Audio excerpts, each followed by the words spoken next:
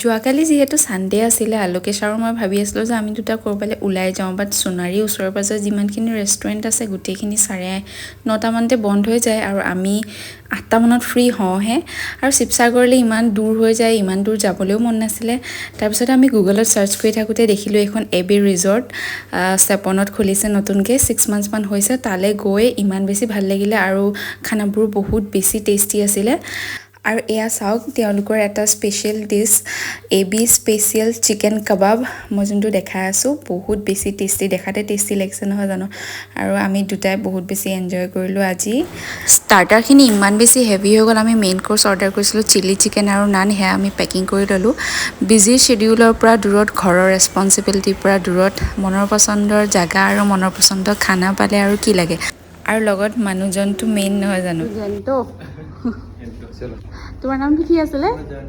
জয়ন্ত ন তোমালোকে ইয়াতে আহি খুব বেছি ভাল লাগিলে দেই